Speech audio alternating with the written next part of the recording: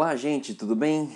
Muito bom dia, paz do Senhor, que Deus possa abençoar a sua vida rica e poderosamente. Nós vamos, no dia de hoje, continuar o nosso estudo do livro de Apocalipse. Nós estamos entrando num tempo muito gostoso do livro, um tempo muito maravilhoso, em que nós vamos aprender demais e nós vamos continuar no dia de hoje a tratar desse assunto do livro de Apocalipse. Eu tenho certeza de que Deus vai falar com você e a intenção é exatamente essa, que você possa estar aí recebendo da palavra de Deus, que você possa estar aí se fortalecendo e se fundamentando cada vez mais na presença do Senhor, tá bom?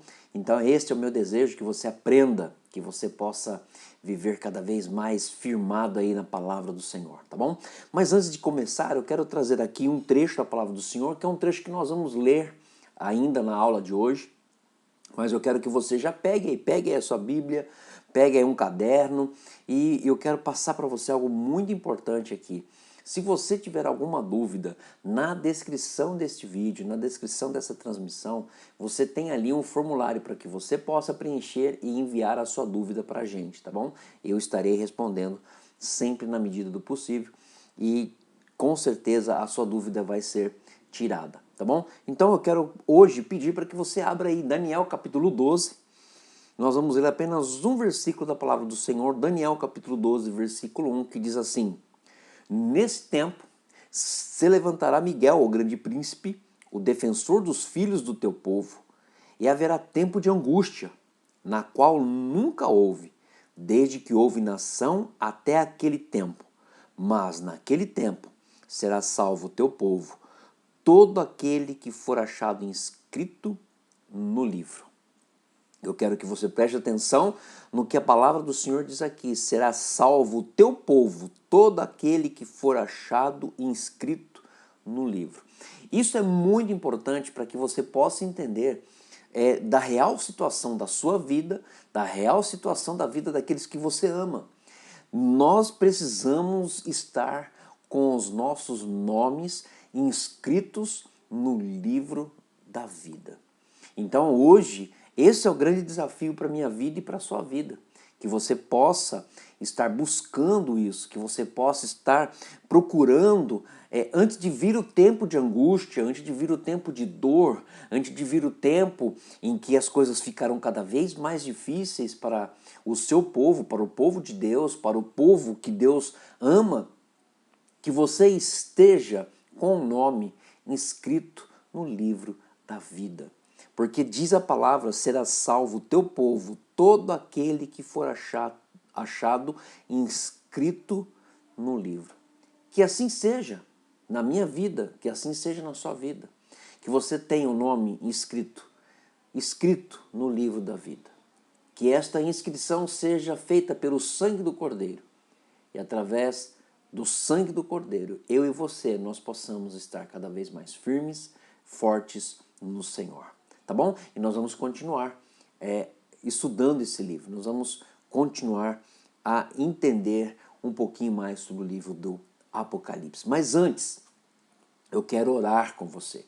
Quero pedir sabedoria e discernimento na palavra de Deus para que nós possamos viver a palavra como sendo a essência para a nossa vida em todo o tempo. Ok? Vamos orar? Pai, nós queremos glorificar o Teu nome neste momento, te bendizer e pedir, ó Deus, que o Senhor esteja neste momento agora, já nesse instante, que o Senhor esteja nos ajudando em todo o tempo. Que o Senhor esteja nos dando sabedoria para entender o livro que é tão precioso e tão importante para nós. Que seja para nós nessa manhã, nesse tempo de estudo, um tempo muito rico de aperfeiçoamento. Eu oro agradecido no nome de Jesus. Amém e amém. Queridos, antes de nós continuarmos aqui, eu queria só recapitular alguma coisa importante, bem importante para você. E olha só que coisa interessante, nós paramos aqui na sexta trombeta, quando nós falamos sobre algumas coisas importantes. Nós falamos sobre as três rãs, nós falamos sobre os 4 anjos, mas nós falamos também da batalha do Armagedon. E essa batalha vai se dar quando o rio Eufrates se esvaziar ou ficar com o seu leito seco. O irmão Francisco, ele mandou para mim algumas coisas, algumas informações importantes. Eu gostaria de compartilhar com você. Eu quero que você olhe aqui na tela. Você vai ver que eu vou dar uma sumidinha, mas eu volto e eu tenho a certeza de que você vai estar recebendo a palavra de Deus nesse instante, neste momento. Então, são coisas que a gente precisa aprender. A gente precisa aprender e muito. Eu não vou conseguir passar aqui para você com a câmera. Você vai apenas ouvir, tá bom? Só vai ouvir. Mas olha só que coisa interessante, para que você entenda que eu falei que um dos grandes obstáculos que tem, que protege Israel, é o rio Eufrates. Ele tem profundidade, ele tem distância. Nós falamos sobre isso na aula passada. Deixa eu ver se eu acho aqui rapidamente para você qual é a profundidade desse rio. Mas é um rio que é importantíssimo e serve com certeza de escudo para Israel. Então é um rio que tem uma largura muito grande. Aqui achei para você, eu vou falar aqui para você. Olha, é um rio que tem 2.865 quilômetros de extensão. A sua largura varia de 275 a 1.100 metros e a sua profundidade de 3 a 10 metros. Então, eu quero que você olhe aqui e veja isso, como isso é importante isso, gente. Então, olha só, vamos lá? Olha que vai aparecer aqui na tela. Esta é a situação real do rio Eufrates. Essa é a situação real. Este rio continua, esse rio está desta forma. Ele já está seco, né? Ele já está seco. Aqui eu vou até pegar para você e vou até passar para você qual é a fonte de informação para a situação, né? Então, olha só, vamos ver aqui a informação que o irmão Francisco mandou para a gente. É muito legal esse contexto para a gente entender. Ele mandou para nós, ele mandou para mim, através do climainfo.org, do dia 22 de março de 2019. Esta é a situação do rio Eufrates em 2019. Então, olha só, ele é importante obstáculo de defesa de Israel, protege a região norte do país.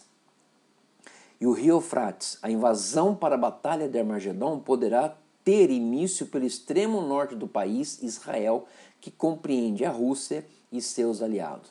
A invasão para a batalha de Armagedon poderá ter início pelo extremo norte do país, Israel, que compreende a Rússia e todos os seus aliados. Né? Então eu queria passar isso para que você pudesse entender e que você pudesse, para que você pudesse ter noção de como está a situação do rio Eufrates hoje. Em alguns lugares dá para se passar a pé, dá para se andar a pé. Crianças estão brincando no leito do rio seco no dia de hoje.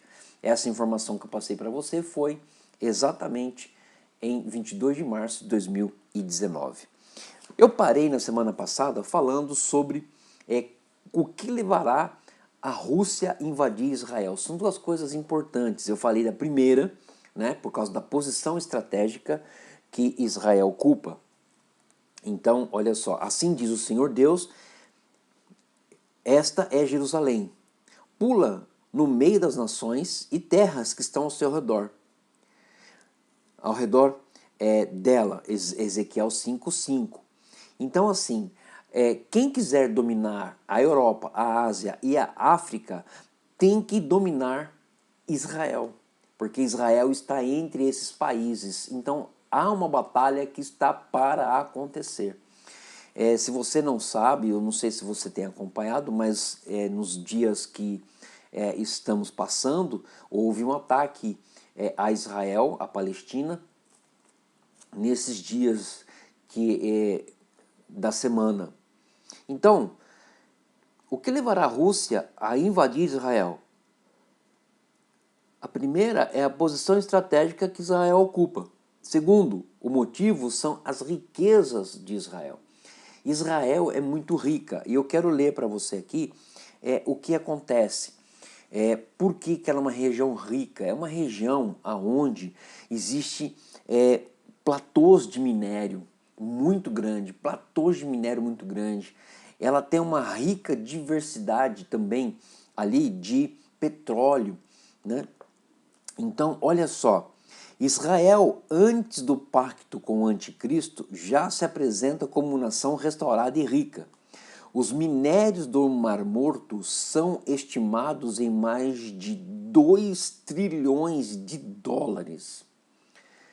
Mais do que a riqueza toda combinada de França, Inglaterra e Estados Unidos. Estou dizendo que é uma região rica? É uma região rica, gente. É uma região muito rica. E olha só, aqui está dizendo que os minérios do Mar Morto são estimados em mais de 2 trilhões de dólares. Só do Mar Morto. E que combinando esse valor, essa cifra, França, Inglaterra e Estados Unidos não chegam perto de minério, para você ter uma ideia, né? Um dos principais minérios do Mar Morto é a potassa, que é um poderoso fertilizante. Preste atenção, você tem visto, se você não tem acompanhado as notícias, eu acho bom você começar a acompanhar. Por quê? O que o Brasil ele está fazendo? Ele está produzindo, ou ele está exportando, ele está importando fertilizantes da Rússia. A Rússia ela está numa situação difícil com fertilizantes. Aí o que acontece? Aonde vai ter fertilizantes para produzir a lavoura? Vai ser em Israel, porque o Mar Morto ele tem um dos principais minérios, que é a potassa. E olha só, e é um poderoso fertilizante. Então, você vai ver aqui, que eu vou falar daqui a pouquinho, mas eu vou só adiantar, que Israel, tudo que Israel produz de lavoura, gente, é no deserto. É no deserto. Produz através de um sistema de irrigação muito grande, lógico, mas veja bem, é deserto. É uma região desértica e produz lavoura. A lavoura é produzida naquele local. Então, olha só, eu quero que você entenda aqui. Essa terra, ela não produzia na mão dos árabes, que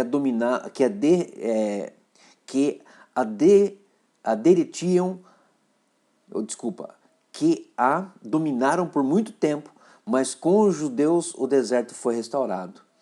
Eles retiram água do Mar da Galileia através de 430 canais subterrâneos e é jogado através de uma usina hidrelétrica num grande reservatório na montanha.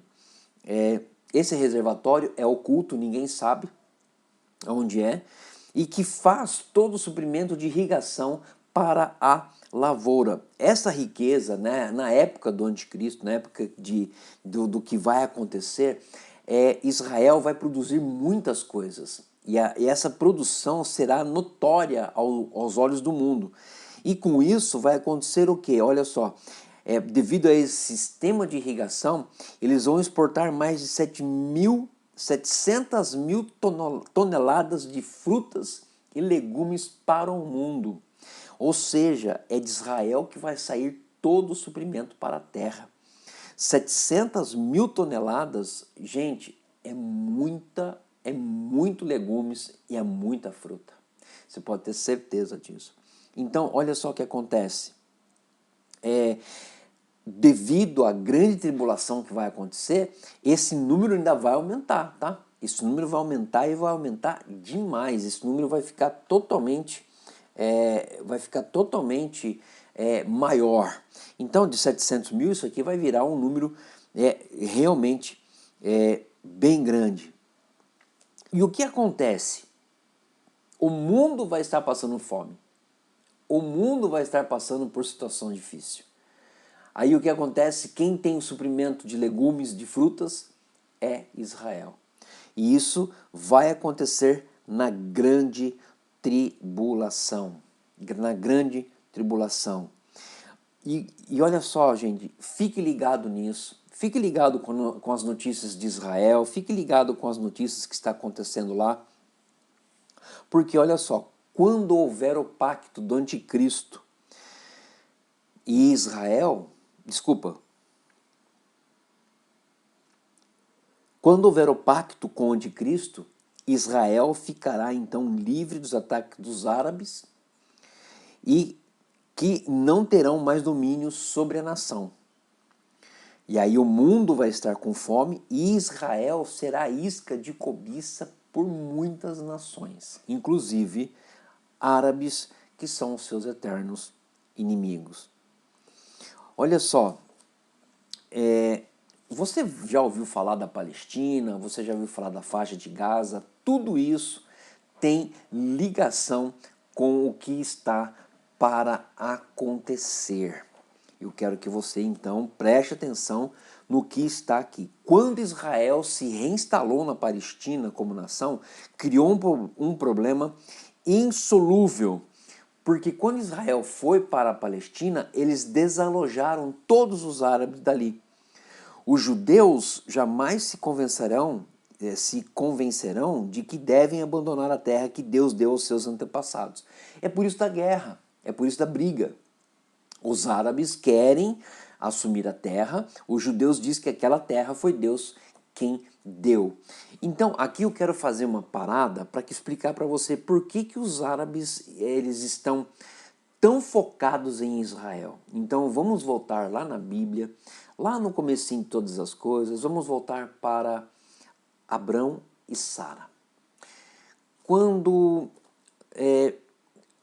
havia promessa de que Abraão seria, a descendência de Abraão seria como as areias do mar, o que aconteceu foi o seguinte: Sara, ela achou que tudo aquilo que estaria acontecendo com Abraão iria acontecer de uma maneira muito rápida e que as coisas estariam acontecendo de uma forma mais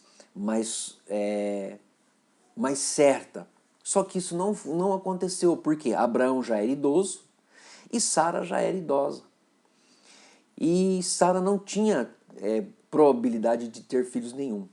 O que ela fez? Ela pediu para a sua escrava Agar deitar-se com Abraão e Abraão ter, então, ali um momento de coabitar com Agar. E isso aconteceu.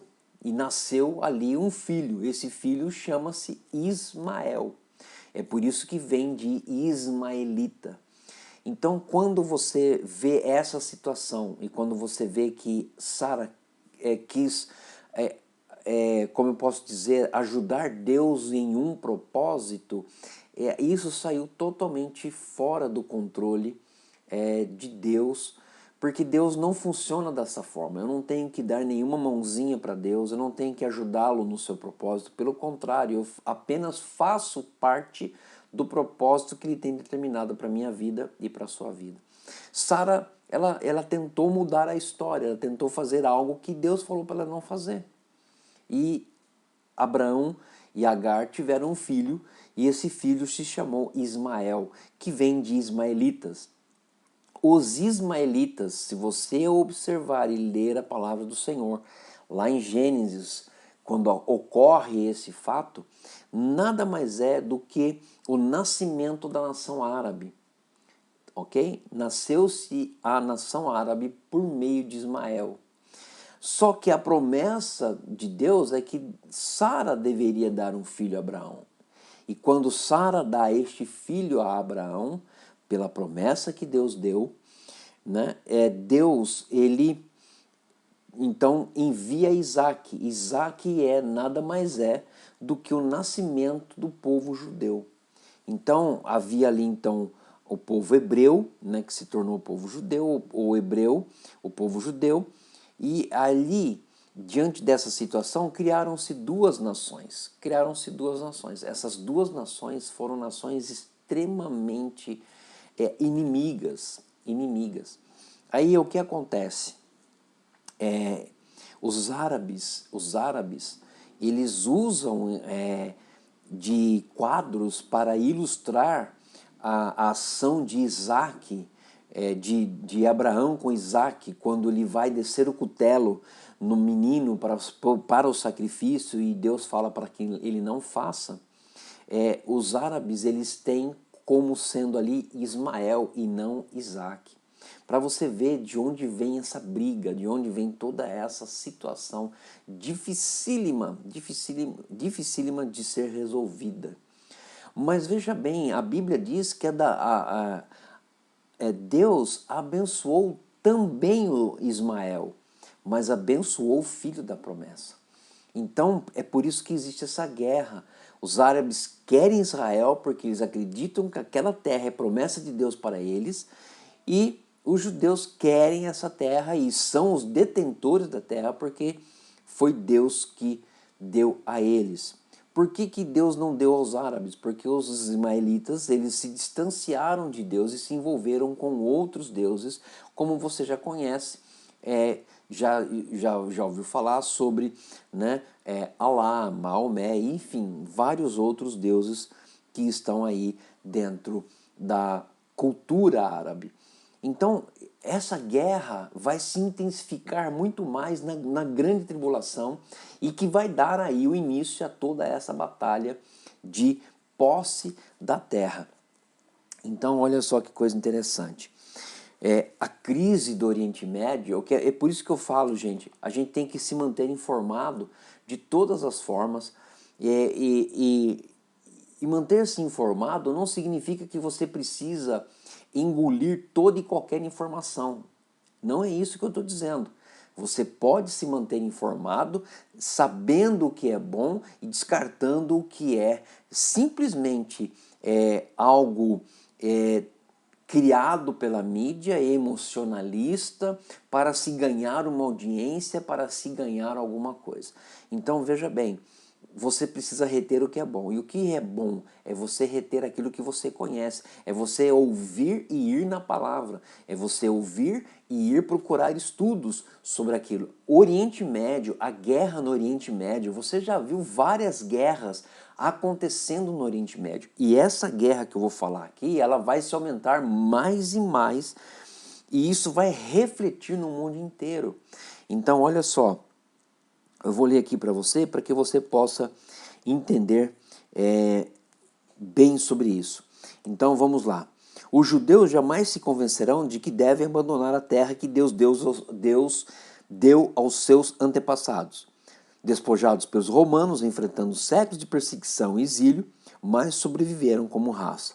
Os árabes também não se conformam com a ocupação de Israel nas terras que eles consideram sua. Para eles é questão de honra expulsar os israelitas.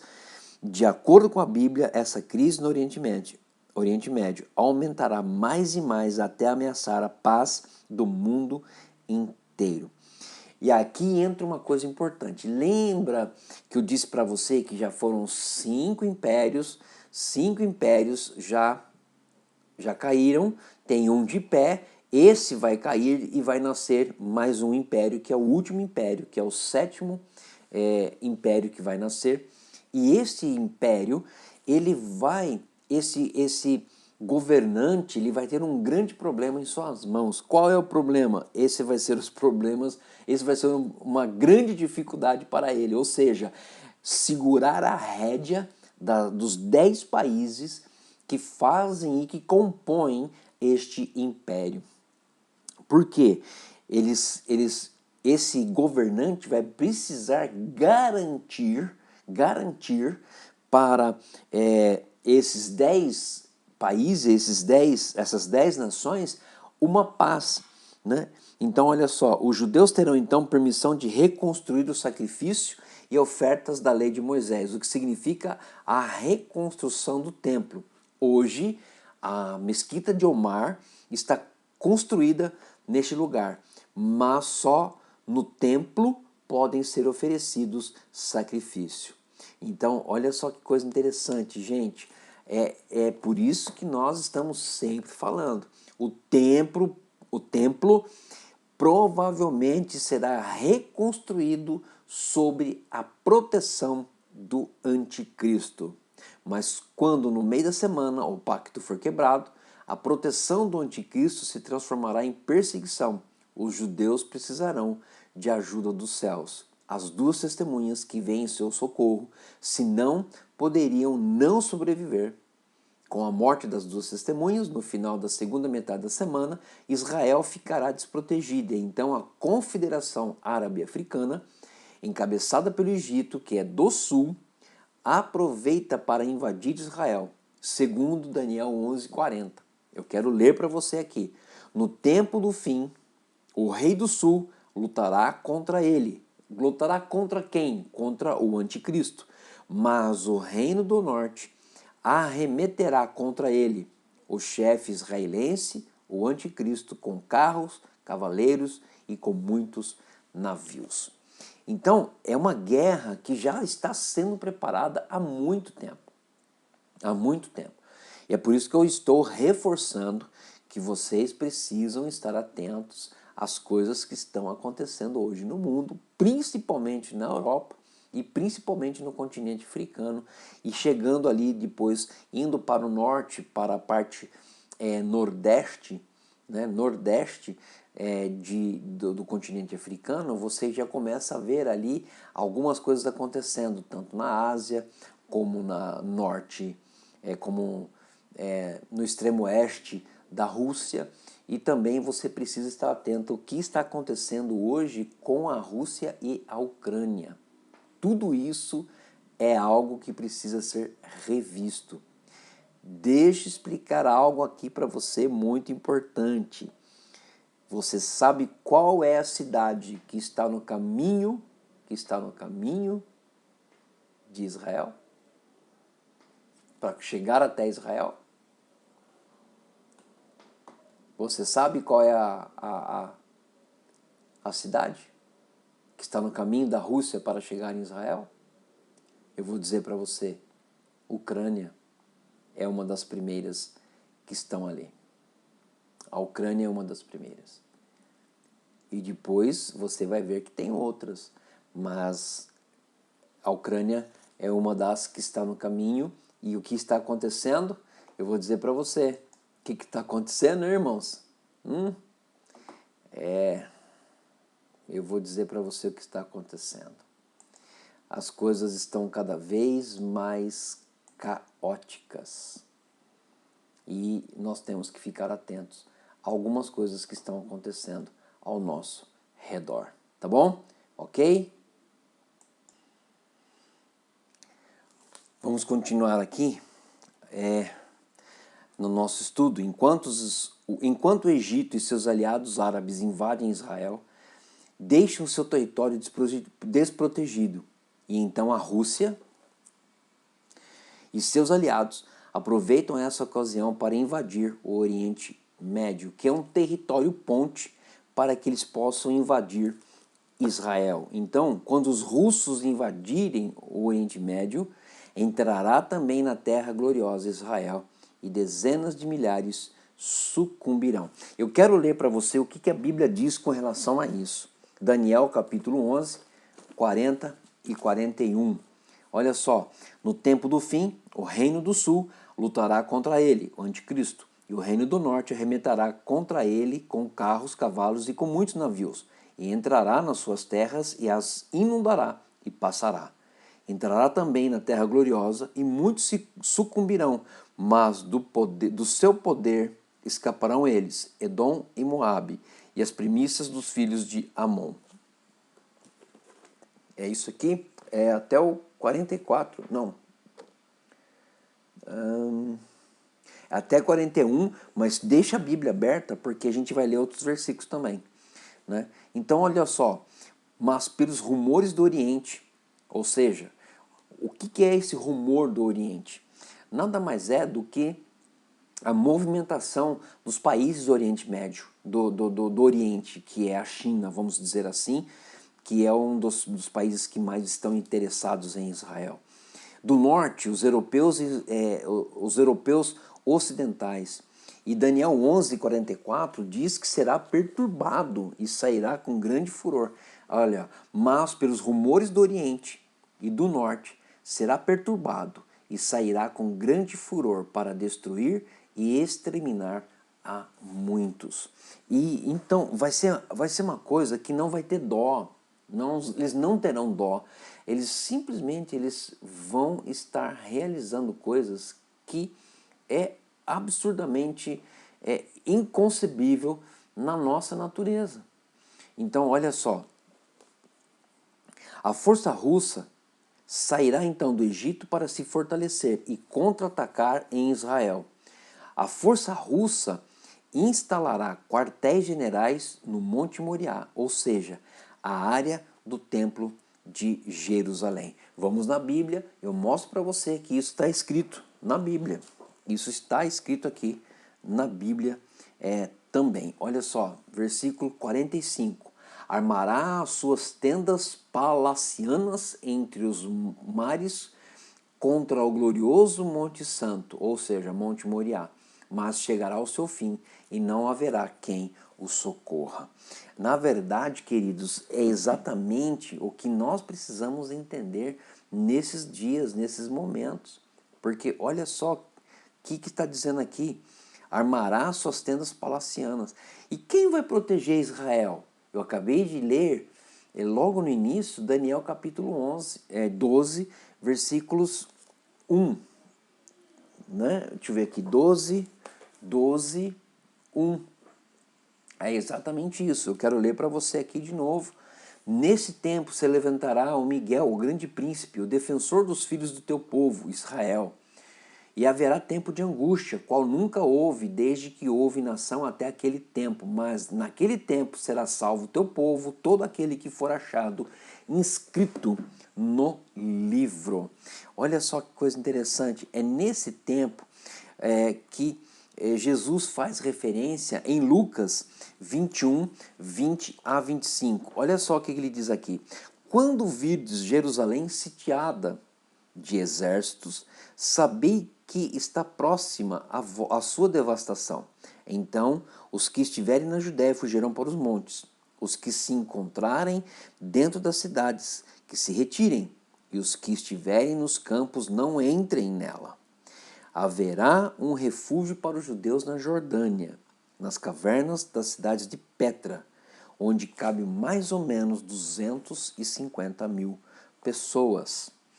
E quando isso acontecer, a sexta trombeta tocou, as nações foram reunidas contra Jerusalém, visando exterminar o povo judeu, pois o diabo sabe que os planos futuros de Deus estão relacionados diretamente com Israel.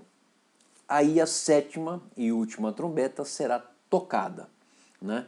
E aí é onde cairão as nações da terra, diante do acontecimento narrado no intervalo da sexta e da sétima trombeta. Mas, diante disso, existe aqui algo muito interessante no capítulo 10 de Apocalipse. Vai do versículo 1 até o versículo 11, nós não vamos ler todos esses versículos, mas aqui há uma coisa muito interessante que vai acontecer. Quando nós virmos que Cristo está vindo para tomar posse, né? Antes que toque a última trombeta, vemos um anjo forte descendo à terra, com um arco-íris sobre a cabeça, o rosto brilhante como o sol e as pernas como coluna de fogo, e traz na mão o livro que antes estava selado, mas agora aberto. Este anjo, ele é identificado pela sua descrição. É Cristo, pois quando Cristo é mencionado, algumas frases do capítulo 1 é repetida. O livro está totalmente aberto e Jesus, como alguém que vai ao cartório, vem legalmente tomar posse de sua propriedade. Põe o pé direito sobre o mar e o esquerdo sobre a terra. Isso é um ato de posse. Trata-se de um ato espiritual, contemplado só no céu e por Satanás. Agora que as coisas começam a ficar interessantes, as coisas começam a ficar melhores, né? E nós vamos ver aqui algo muito importante com relação ao capítulo de número 10 de Apocalipse. Nós não sabemos o que foi dito para João quando ele recebeu a ordem para não escrever. Nós não sabemos, a Bíblia não relata, nós não temos também a certeza, mas fala-se de 7 trovões. Para Satanás será uma invasão de seus domínios, será uma invasão à terra proveniente do espaço. Por isso ele envia seus espíritos pelo mundo inteiro, a fim de congregá-los em Armagedon, contra as forças que virão do espaço. Gente, esse capítulo é muito importante você ler. Eu vou deixar aqui para você como tarefa de casa. Leia o capítulo 10 para que você possa estar entendendo. Então, olha só, no capítulo 10 aqui fala os anjos e os 7 trovões, João e o livrinho. E nós vamos ver aqui várias coisas importantes. Já não haverá demora. Estamos no fim do período da tribulação. Quando o anjo tocar a 7ª trombeta, cumprir-se-á o mistério de Deus. O fim está próximo, não será adiado.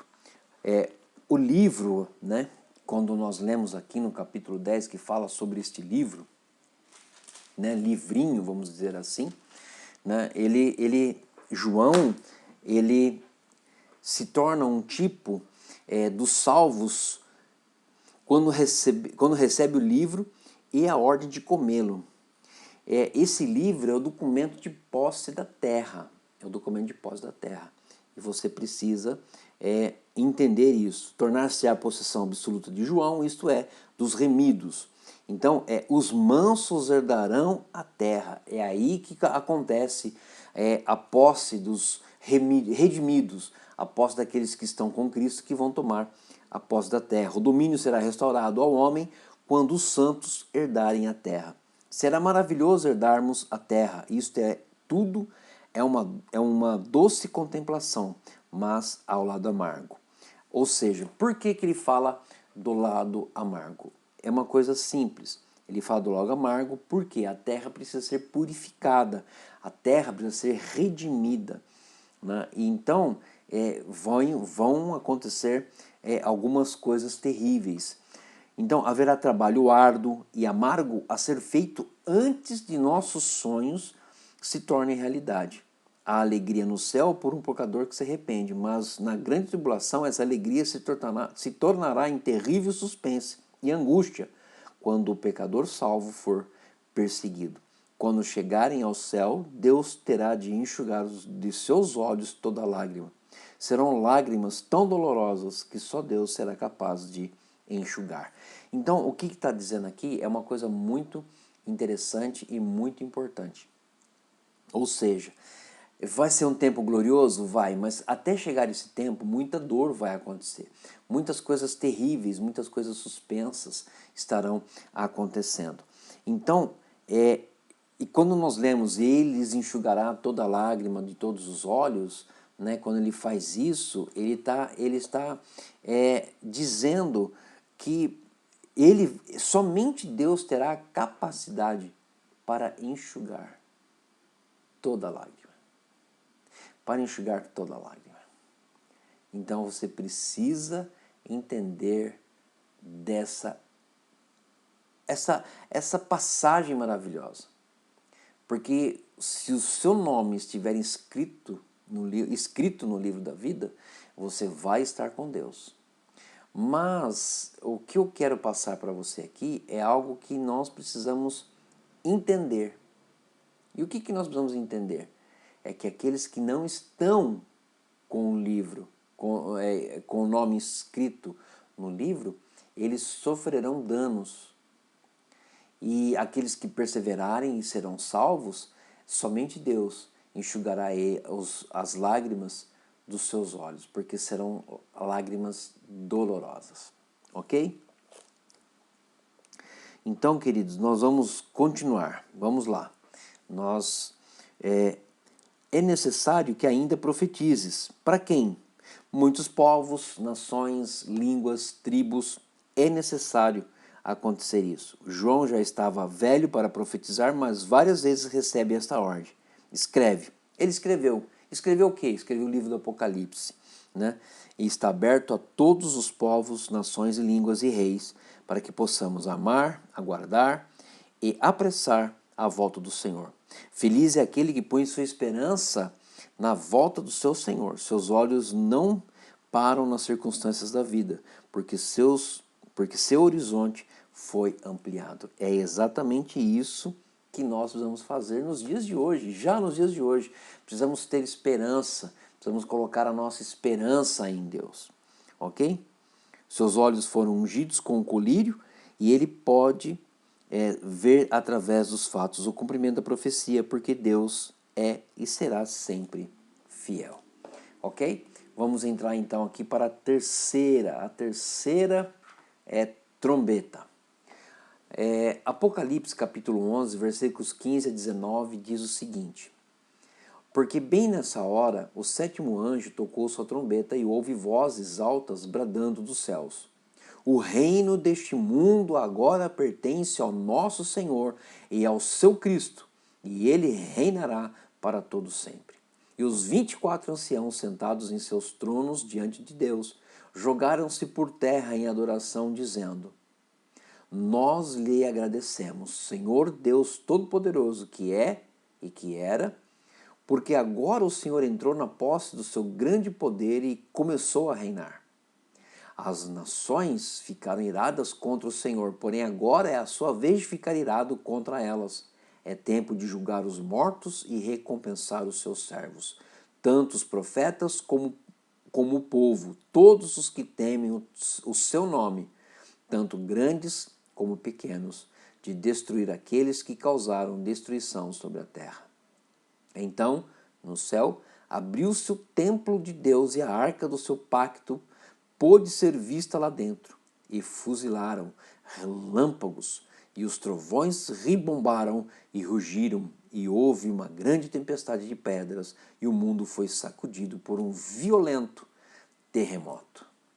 Eu quero ler para você também, em paralelo, aqui está falando o sétimo anjo que tocou a trombeta, e nós vamos falar também agora em Apocalipse 16, Apocalipse 11, 15, 19, Apocalipse 16, de 17 a 21, nós vamos ler aqui: o sétimo anjo derramou o vaso dele no ar, e do trono do templo do céu veio um poderoso clamor dizendo: está terminado. Então o trovão rugiu e rebimbou, e os relâmpagos fuzilaram, e houve um grande terremoto de intensidade sem precedentes na história do mundo. A grande cidade de Babilônia partiu-se em 3 pedaços, e as cidades ao redor do mundo caíram em montões de ruínas, e assim todos os povos da Babilônia foram lembrados nos pensamentos de Deus. E ela foi castigada até a última gota de cólera do cálice do vinho do furor da sua ira. E as ilhas desapareceram e as montanhas foram aplainadas. E houve uma incrível tempestade de pedras caídas dos céus. Pedras do peso de 50 quilos caíram do céu em cima do povo, e eles amaldiçoaram a Deus por causa da terrível chuva de pedras. Então, olha só, antes de cada acontecimento, Deus sempre avisa o seu povo de tudo aquilo que vai acontecer. Ele já falou da Saraiva, ele já falou dessas coisas, entende-se que seriam meteoritos caindo, porque a Terra será abalada, o eixo gravitacional da Terra será abalado, o universo será abalado com a volta de Cristo. Então a gente precisa estar atento, porque alguns sinais que estão ocorrendo nos céus é para nós, para os santos que hoje estão aqui vivendo. Então olha só, as nações se enfureceram. Chegou, porém, a tua ira, as nações estão ajuntadas em Armagedon, indignadas contra o Senhor, procurando impedir Cristo de conquistar a terra, embora os reis da terra estejam mais interessados em se apossar aos despojos Israel. Ou seja, mesmo que a gente tenha várias situações, mesmo que a gente tenha várias coisas acontecendo, as nações sempre terão a soberba em seu coração e sempre terão o desejo de poder. E depois diz assim, para destruírem os que destroem a terra. Quem é o destruidor? É Satanás. Satanás é o destruidor. E, no entanto, não tentou destruir a terra. Mas agora, depois da invasão, da bomba atômica, dos foguetes, dos satélites, ele possui homens com capacidade e disposição para destruírem a terra. Essa ameaça não só se cumprirá porque Deus intervirá antes disso. Haverá intervenção de Deus, mas o homem ele está criando sim condições, o homem está criando momentos em que serão de grande, mas grande coisa, de grande valia para a destruição da terra. O homem está se destruindo, está se autodestruindo. A Arca da Aliança era o símbolo da vitória da posse da terra. A arca que conduzia os israelitas à vitória desapareceu do templo nos dias de Salomão. Não se encontrava no templo na época da crucificação, quando o véu do templo foi rasgado de alto a baixo. Existe uma arca no céu, mas não é a mesma do templo de Salomão. Quando da volta de Cristo, ela reaparecerá, demonstrando uma vez mais o poder de Deus em restaurar a Palestina aos judeus e os judeus à Palestina. Queridos, isso é um ato de que vai acontecer isso na terra. Então a gente precisa entender. A Arca da Aliança não se achou e não se acha. Mas, quando da volta de Cristo, ela reaparecerá, demonstrando uma vez mais o poder de Deus em restaurar a Palestina aos judeus e os judeus à Palestina. Então, Apocalipse 16 fala sobre o terremoto final. E aqui existe, lógico, o paralelo de Ezequiel 38, 20 a 22. Esse terremoto não é um terremoto qualquer, é um terremoto que vai abalar a terra. Vai abalar como nunca abalou. Né? E nós temos vistos aí, e se você tem acompanhado a parte de clima, que existem vários microterremotos acontecendo, vários terremotos acontecendo, mas esses ainda não serão aqueles terremotos que irão abalar a Terra. Haverá um grande terremoto que abalará toda a Terra. Será sentido em toda a Terra. Então a gente precisa entender isso. Isaías 24, se não me falha a memória, 19 a 20 diz o seguinte, vamos ver se é Isaías 24 mesmo, só para ter a certeza, para não falar nada que esteja fora da palavra de Deus. Vamos ver aqui, Isaías capítulo 24, vamos ver se é isso mesmo, 19 e 20. A terra será de modo, é isso mesmo, Isaías 24, 19 e 20 diz, a terra está de todo quebrantada, ela totalmente se rompe, a terra violentamente se move, a terra cambaleia como um bêbado e cambaleia como a rede de dormir, a sua transgressão pesa sobre ela. Né? Olha só aqui, a transgressão pesa sobre ela e ela jamais se levantará. Então, olha só, a Terra, a maioria dos terremotos é causados por movimentações de formações rochosas do interior da Terra. Esse último terremoto vai vir e causar mudança na órbita do globo terrestre. A Terra tem uma inclinação sobre o eixo de 23,5 graus. Isto é o que causa o frio extremos nos polos e a maior parte das tempestades e ciclones. Mas essa posição será alterada. E aí Deus já começa a se mostrar poderoso para fazer muitas coisas. Então, olha só o que os geólogos já afirmam. Eles afirmam que há milhões de anos passados o clima da Terra era temperado de polo a polo. Um clima quase perfeito. Foram tempos em que o relevo era baixo, os montes eram os montes estão ligados ao frio. Esses terremotos tornarão a terra mais plana, como era originalmente. Os montes se precipitarão no mar. As grandes pedras de Saraiva, cerca de 30 a 50 quilos, também serão produzidas pelo gelo dos polos ao ser lançado em grande altura, quando a terra balançar de um lado para o outro. Gente, isso aqui é um fato que acontece. O que os geólogos descobriram é algo muito interessante. O que eles descobriram? Algo muito importante. Algo muito interessante, de que havia um clima perfeito. Havia um clima perfeito. Eu acredito que esse clima perfeito foi ocasionado ou foi trazido na época de Adão. Foi trazido na época onde não havia pecado. A terra era perfeita. E aí precisou Deus mexer na estrutura. O pecado mexeu com a estrutura. Por isso que eu falo para vocês, lembram que eu falei que a terra precisa ser purificada? É por causa disso, o pecado mexeu com a terra.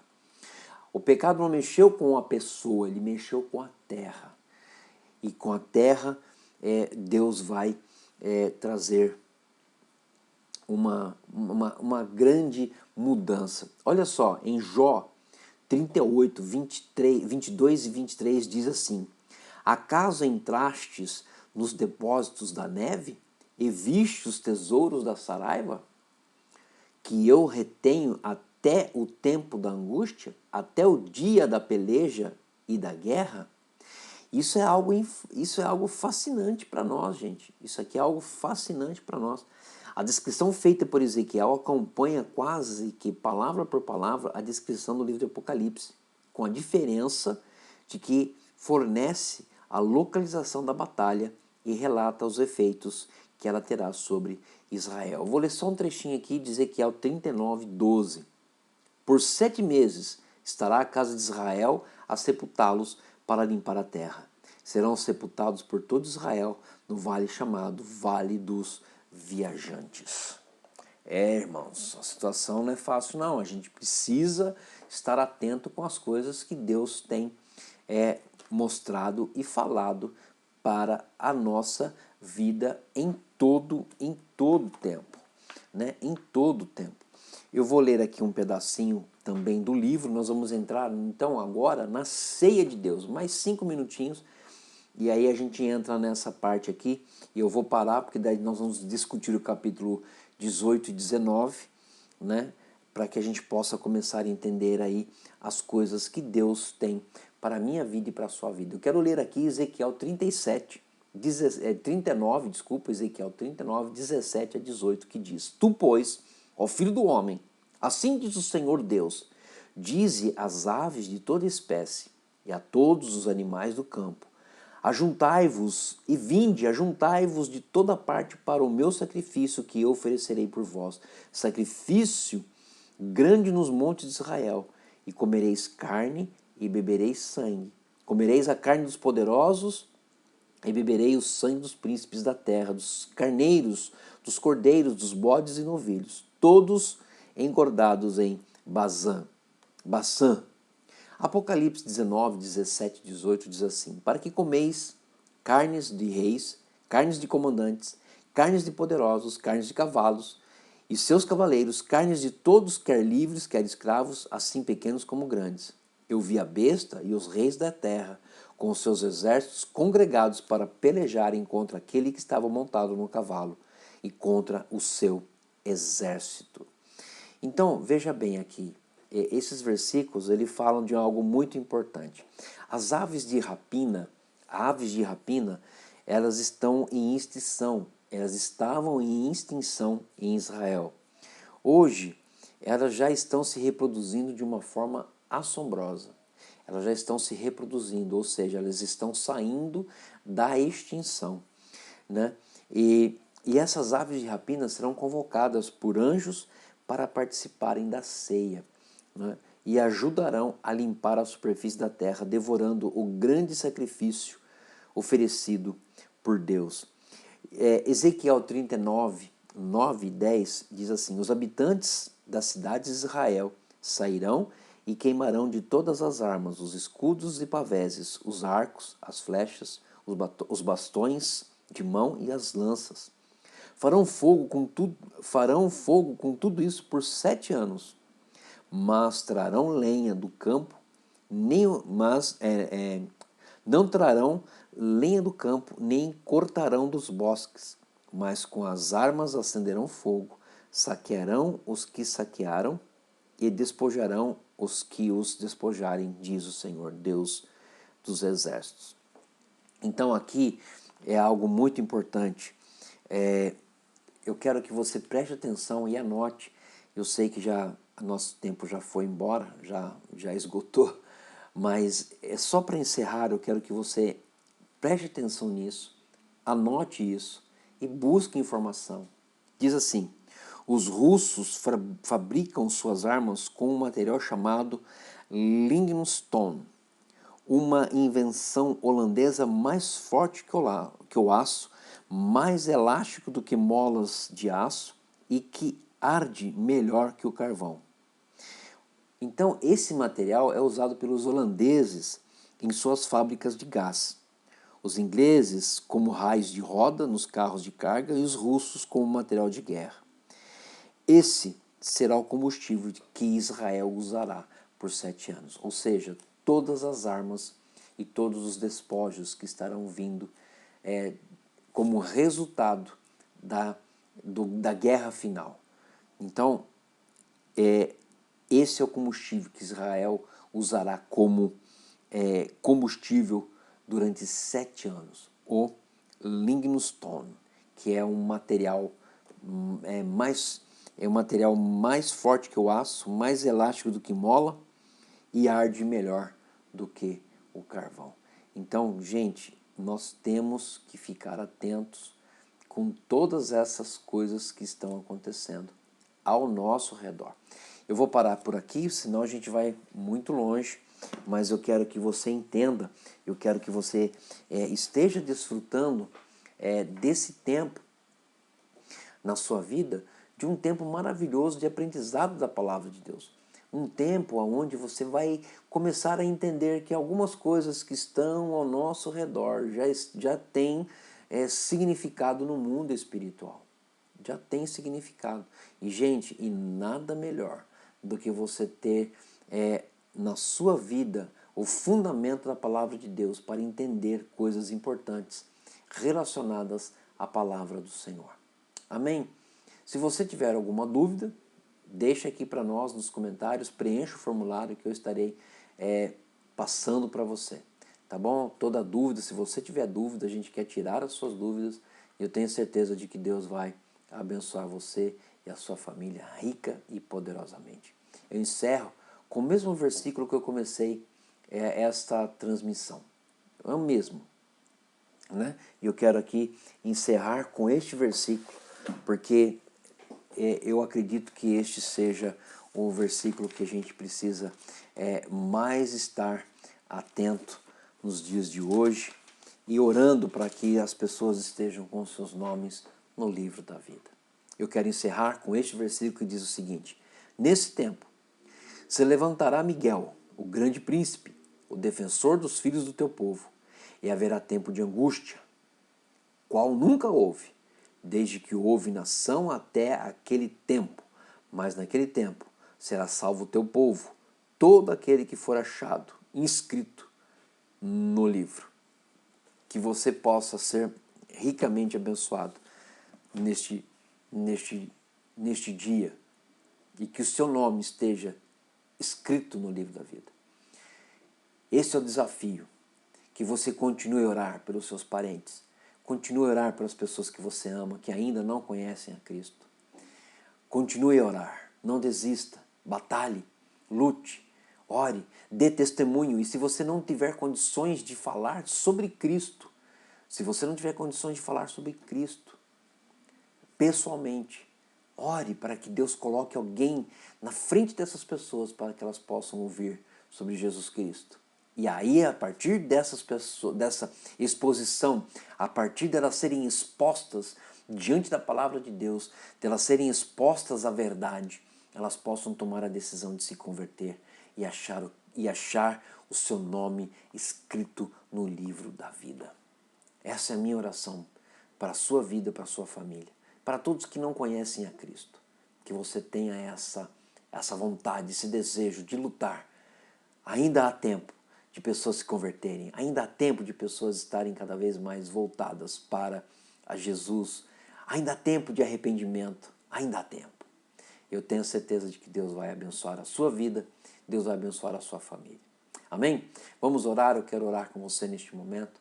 Pai, nós queremos glorificar o Teu nome, queremos Te bendizer, exaltar o Senhor por tudo que o Senhor tem feito. Obrigado por esses ensinamentos, obrigado por tudo aquilo que o Senhor tem realizado na nossa vida. Senhor, nesta manhã, neste dia abençoado, eu não sei em que momento as pessoas estarão assistindo esse vídeo, pode ser de manhã, de tarde ou de noite, mas eu peço, eu oro por cada vida que estará assistindo essa transmissão, estará assistindo esse estudo, que eles possam ter o seu nome escrito no livro da vida. Ó Espírito Santo de Deus, faça com que eles possam se converter a Ti. Dê força para aqueles que estão orando, continuarem orando por seus parentes queridos que ainda não Te conhecem, por amigos, aquelas pessoas que são chegadas, que ainda não Te conhecem, que eles não desistam, mas que eles possam ter força para vencer dia a dia a batalha que o Senhor tem para a vida de cada um deles. Obrigado, Deus, ser conosco, nos abençoe, nos ajude, nos dê força para vencer o dia mau e guardar a nossa fé no bom depósito que o Senhor tem para cada um de nós. Queremos continuar firmes, porque nós temos a certeza de que nós já somos vencedores por meio de Cristo Jesus. Cuida das nossas vidas, cuida de cada família. Eu oro e agradeço por tudo, em nome de Jesus. Amém e amém.